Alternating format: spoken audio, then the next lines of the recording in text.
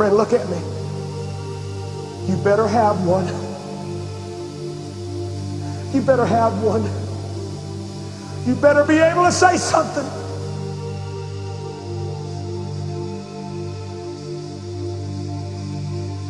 As a matter of fact, did you know that 160,000 people were martyred in 1996 for the cause of Christ?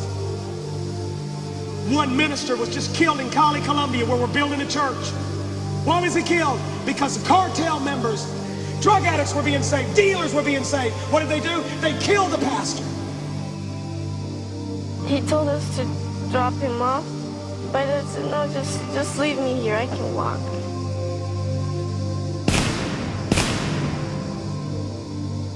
That was the last time I saw him.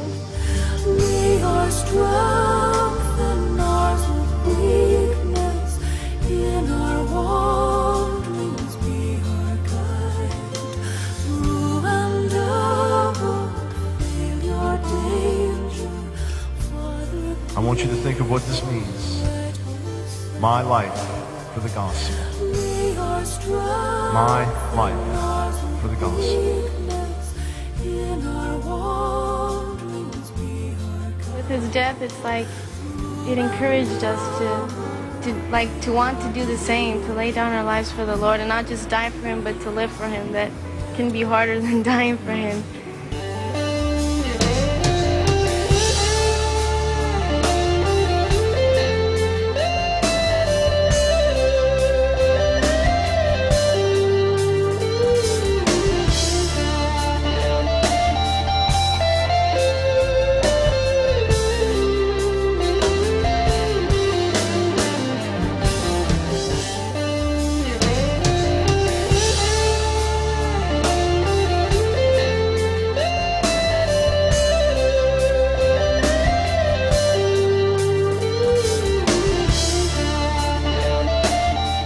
Going to see increasing opposition to the gospel message in days to come in America, because the gospel message is going to become increasingly biblical.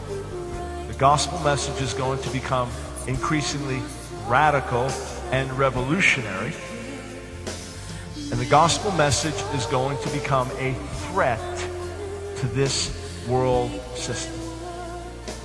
The gospel is going to become an increasing threat to worldliness and materialism and greed and the gods of sports, entertainment, fashion. The gospel is going to become an increasing threat to the rising tide of Satanism and false religions. And the results will be the same as in the book of Acts. Uproar, persecution, and great moving of God.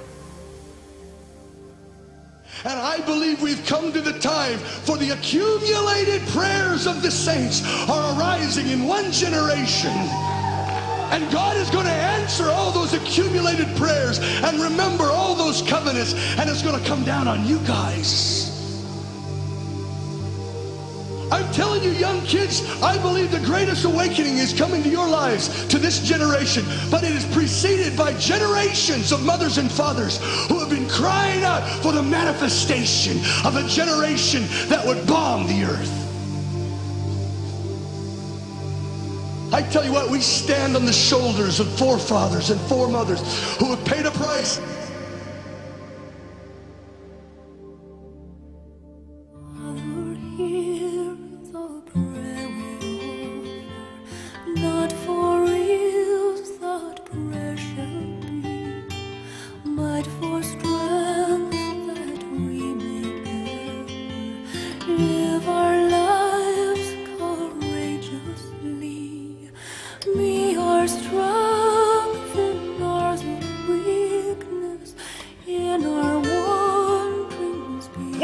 To those 11 ruffians that went after Jesus and followed him all the way to the cross. We know what happened with Judas, but what happened to the rest of them?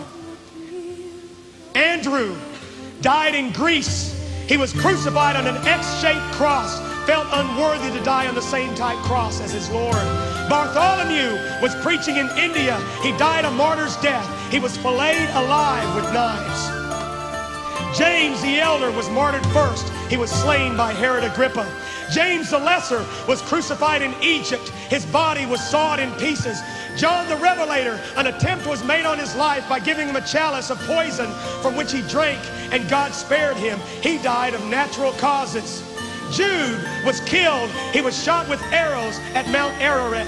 Matthew laid down his life for Jesus. History records he became a missionary and disappeared during his labors. Peter was martyred. He requested that he might be crucified upside down. He felt he was not worthy to die as his Lord had died.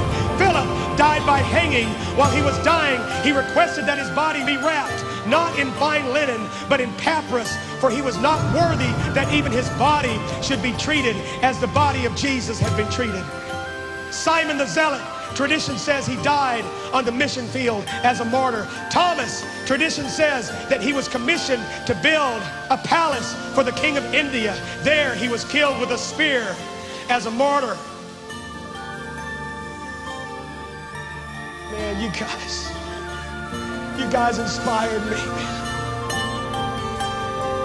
I want to be able to talk to them. I want to be able to look at them, and I want them to look at me, and I want them to say, well done, Steve.